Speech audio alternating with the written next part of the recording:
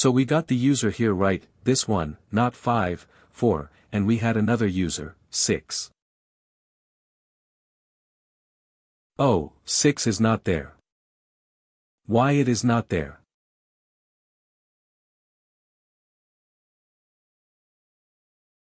So this is your table, right?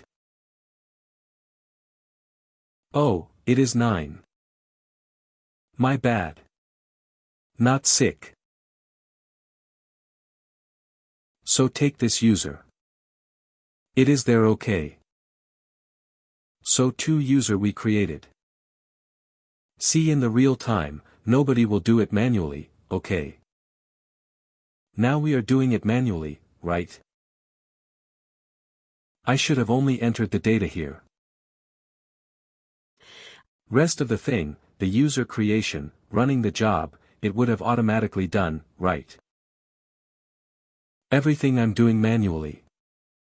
So Sabian doesn't recommend any manual work. It is, you know, build up to make your work very easier and to automate the process.